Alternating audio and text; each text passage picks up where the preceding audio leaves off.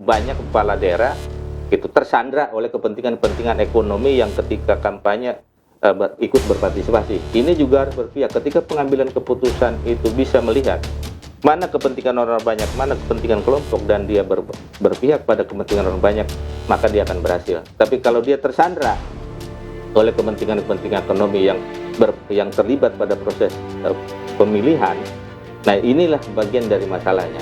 Jadi saya katakan tadi bahwa ketika pengambil keputusan bagian dari masalah, maka dia tidak akan pernah mampu menyelesaikan masalahnya.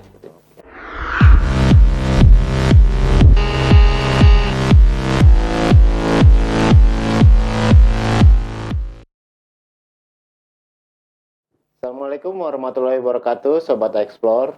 Jumpa lagi kita dengan channel Explore Media di program kebijakan publik dengan tema Political Will. Bersama kita pemerhati kebijakan publik Bang Sarbini. Apa kabar lagi?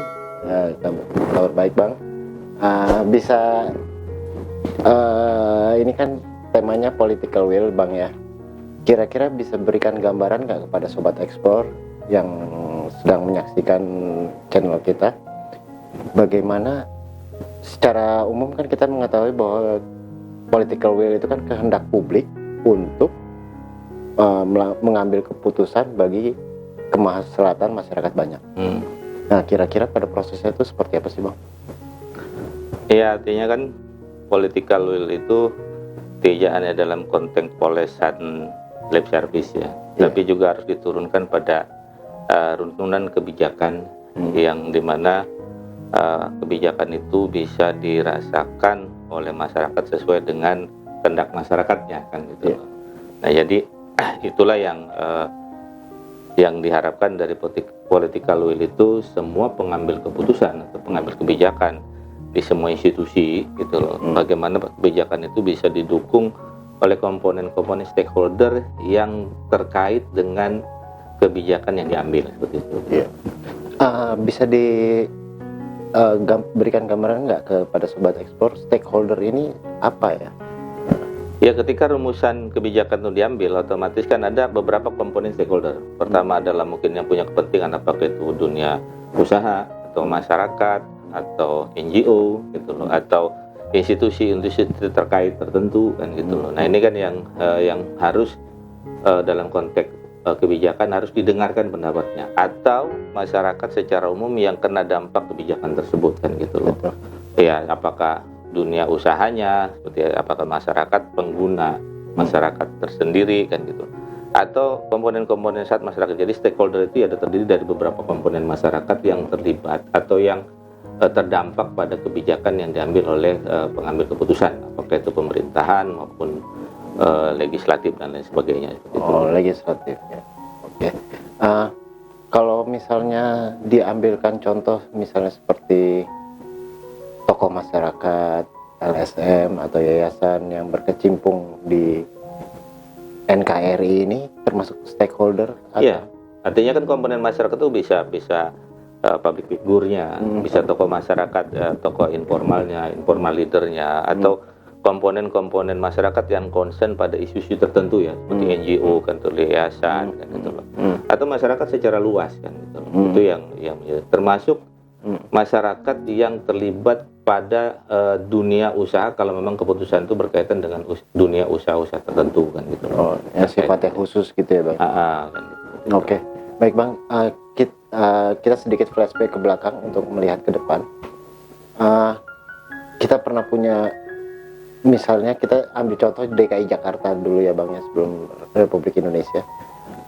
Kita pernah punya gubernur Joko Widodo dan wakilnya Basuki Cahayapurnama itu melakukan pembangunan fasilitas publik dan fasilitas umum seperti misalnya MRT, LRT, terus jembatan Semanggi diperbaiki, terus kita pernah punya gubernur dan wakil gubernur Anies Baswedan dan Sandiaga Uno membuat fasilitas umum seperti trotoar, halte-halte diperbaiki dan lain sebagainya. Nah, kira-kira itu termasuk dalam pelaksanaan political will atau bukan sih Bang? Iya, karena itu kan beberapa isu yang dibangun itu kan mereka janji kampanye yang harus diwujudkan. Hmm. Hmm. Janji-janji itu kan sebuah konsekuensi, sebuah declare seorang calon pada waktu itu untuk melaksanakan ketika mereka menjabat kan gitu. Nah, jadi political will di sini adalah ketika janji politik itu atau janji kampanye itu harus dilaksanakan ketika mereka menjabat. Nah, isu apa yang dibawa pada saat itu yang kita tahu ada beberapa calon gubernur lah kalau ikut konteksnya DKI. Ya, isu DKI ini kan yang paling krusial itu isu kemacetan, isu banjir kan gitu loh. Terus isu sampah kan itu kan isu-isu krusial. Yang pada akhirnya akibat kemacetan itu masyarakat pengguna jalan terganggu karena trotoar dipakai untuk jalan, untuk dagang dan sebagainya kan gitu loh. Nah, artinya itu jadi itu hal yang muncul sebenarnya kenapa mereka menjanjikan itu karena kan masyarakat pengen nyaman, pengen hidup bisa lebih baik kan gitu loh, pengen merasa lingkungannya bagus kan gitu loh, tidak terdampak banjir atau tidak terlalu tiap hari itu sumpek dengan kemacetan. Itu kan problem yang ada di DKI. Maka janji-janji para semua calon gubernur adalah menyelesaikan masalah-masalah yang dianggap oleh masyarakat bermasalah kan gitu loh. Nah, itulah akhirnya muncullah janji-janji, termasuk janji ekonomi seperti OKOC kan gitu loh. Jadi banyak masyarakat kita mungkin masyarakat urban yang tidak bisa berusaha atau mungkin pengangguran kan gitu, atau anak-anak muda yang menyangkut wirausaha itu kan tergantung segmentasi pada saat itu yang ingin diraih oleh calon gubernur. Nah, janji itu kan harus diwujudkan pada kebijakan. Jadi ketika mereka janji harus dirumuskan pada sebuah kebijakan, otomatis mereka TikToknya dengan anggota DPRD DKI ya gitu loh. Pada akhirnya karena mereka harus didukung termasuk dukungan anggaran ya oleh DPRD untuk kebijakan itu bisa diwujudkan agar masyarakat pemilih itu bisa melihat bahwa para calon itu konsisten menjalankan apa yang menjadi visinya kan gitu ketika mereka berkampanye gitu. Nah, terkait anggaran nih, kira-kira anggaran misalnya anggaran APBN atau APBD itu benang merahnya ke kebijakan publik terkait political will itu di mana ya, Bang? Ya kan anggaran negara itu baik itu APBD maupun BPN itu kan diambil dari masyarakatnya, gitu loh. Ya lebih pada anggaplah pungutan pajak ya. Jadi terbesar penghasilan negara itu dari pajak masyarakatnya. Nah, artinya pajak itulah yang menjadi darah gitu loh untuk operasional pemerintahan. Nah, bagaimana dana pajak ini dimanfaatkan kembali untuk kepentingan masyarakat yang berkontribusi membayar pajak itu kan gitu. Nah, disinilah, ketika pajak-pajak itu disalahgunakan, otomatis kan dampaknya tidak terasa oleh masyarakat. Jadi kita mungkin dari mulai makan, kendaraan, gitu, rumah, kan tanah yang kita miliki semua kan bayar pajak kan gitu. Nah, pertanyaan kita adalah sekian juta pajak yang kita bayar tuh buat ngapain sih? Betul. Negara ini atau pemerintah ini ngelolanya buat apa sih kan gitu? Ya karena kita lihat kita bayar pajak tapi jalan rusak. Kita jalan pajak macet masih ada. Kita jalan pajak tiap tahun mungkin akan terdampak banjir kan gitu. Nah, tiap situasi masalah sampah tidak pernah selesai. Artinya pertanyaan masyarakat, duit itu kemana kan gitu kan? Kan bisa begitu. Nah, makanya rumusan pemerintahan itu ketika pajak itu di hasil atau penghasilan lain di luar pajak itu dikelola oleh pemerintahan, maka dampaknya harus berkontribusi pada perbaikan situasi secara langsung maupun tidak langsung pada masyarakat seperti itu. Baik. Terus kalau misalnya contoh nih Bang, kita ambil sebuah cuplikan atau dua buah cuplikan tentang melokalisir masyarakat ke sebuah tempat tertentu seperti ya contoh Basuki Cahayapurnama memindahkan rakyat ke Marunda dengan rumah susun, terus Anies Baswedan membuat program rumah DP 0%. Nah, itu secara kebijakan publik dan political will itu disebut teknik apa sih Bang dalam kepemimpinan itu? Sebenarnya kan begini, ketika DKI ini angkuh ya, semua pembangunan itu terpusat di DKI, maka tidak terhindar urbanisasi itu akan semakin besar tiap tahun kan gitu loh. Karena ekonomi terbesar di Indonesia ini berputar di DKI, hingga orang nyari gula kan gitu. Kalau laron-laron tuh nyari lampu semua di Jakarta. Itu. Nah, dari yang tingkat paling hebat sampai yang tidak punya skill apa-apa, datang di Jakarta ngadu nasib, kan gitu loh. Nah, pada akhirnya fasilitas-fasilitas publik atau tempat-tempat umum sebetulnya digunakan oleh masyarakat untuk tempat tinggal. Sehingga banyak semestinya tidak dilakukan untuk tempat tinggal, contoh pinggiran kali ya, kan gitu loh. Bahkan bukan di pinggiran kali, dia di tengah kali, kan gitu. Karena kali kita tadinya luas itu ini digunakan oleh masyarakat untuk membangun rumah, kan gitu loh. Nah, mau tidak mau kalau itu didiamkan, kan gitu loh. Negara punya tanggung jawab. Tanggung jawab negara adalah melindungi rakyatnya, kan itu. Yang kedua, melindungi kekayaan rakyatnya. Nah, ini kan harus disadari bersama, kan gitu loh. Masyarakat memang butuh tempat tinggal, iya betul, kan gitu. Tapi harus ditertibkan. Arti masyarakat juga harus dibiasakan dengan taat hukum, kan gitu loh.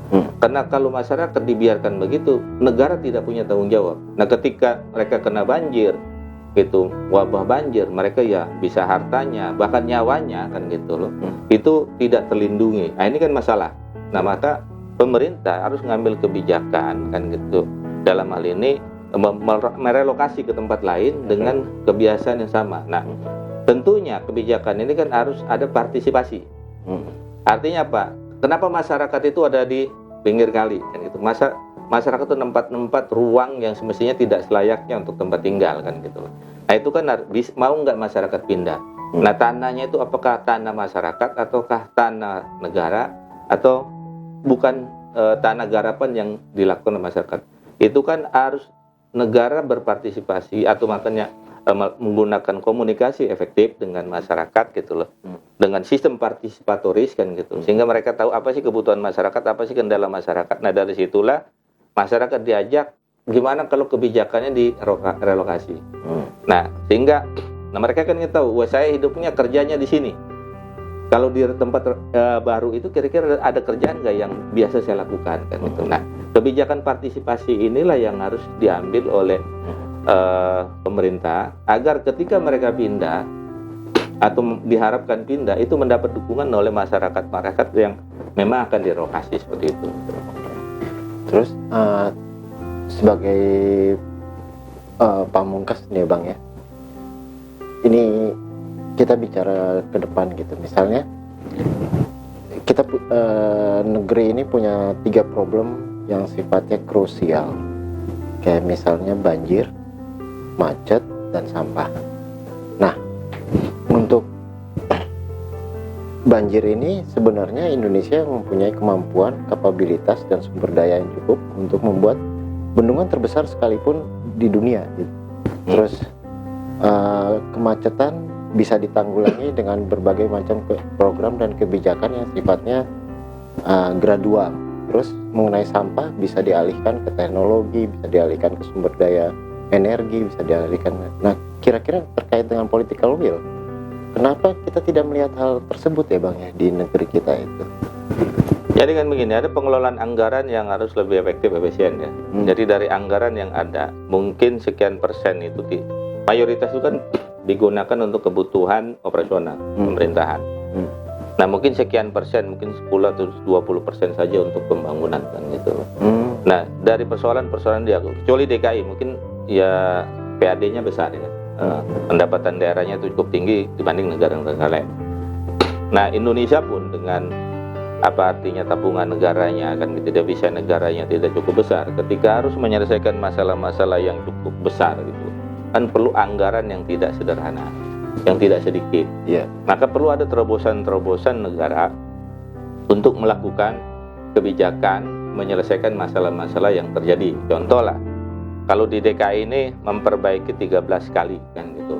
Itu kan harus kerjasama dengan pemerintah pusat. Nah, itu angkanya kan triliun.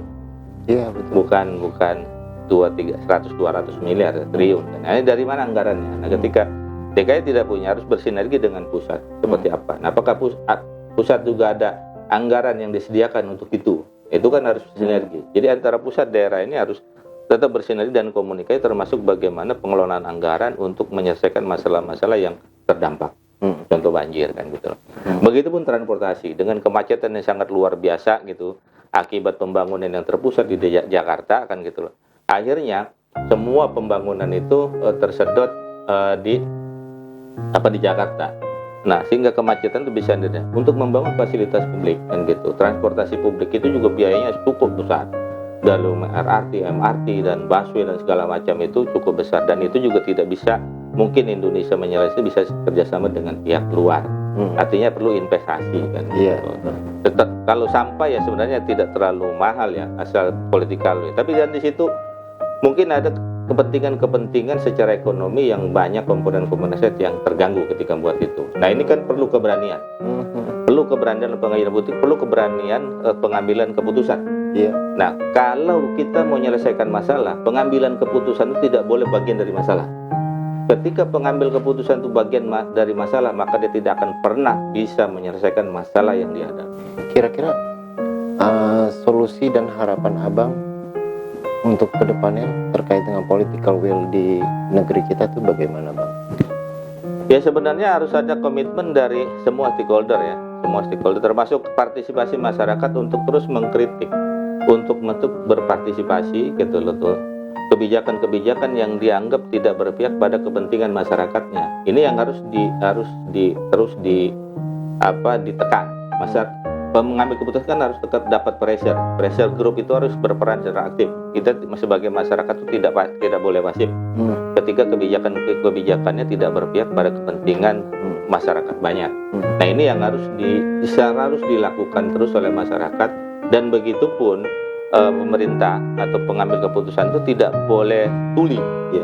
Tidak boleh buta, tidak boleh tuli menghadapi realita masyarakat. Jadi dia harus menggunakan mata hatinya untuk berpihak pada kepentingan. Karena dia diminta memimpin itu adalah untuk membenahi persoalan.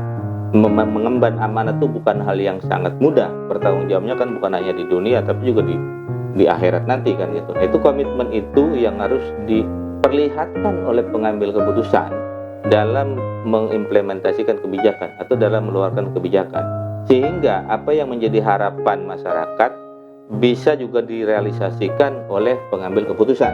Nah, kalau harapan masyarakat dengan mengambil keputusan ini berjalan sinergi, insya Allah keputusan itu akan didukung. Nah, tapi memang tidak sederhana, pasti ada gangguan-gangguan, ada interupsi-interupsi tengah jalan, di mana kepentingan-kepentingan yang terganggu otomatis tidak akan diam.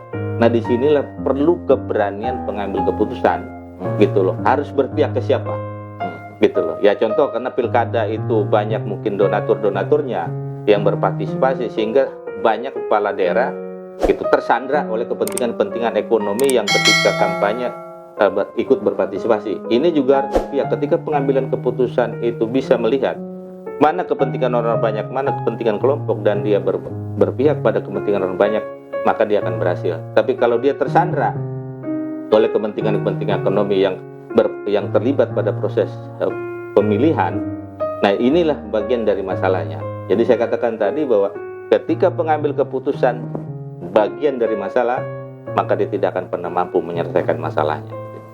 Baik, terima kasih Bang Sarbini atas kehadirannya. Main-main lagi kemari, Bang. Siap. Kapan waktu? Ya, demikian Sobat Explore, perbincangan kita dengan Bang Sarbini, pemerhati kebijakan publik, dengan tema political will. Wassalamualaikum warahmatullahi wabarakatuh. Salam Explore.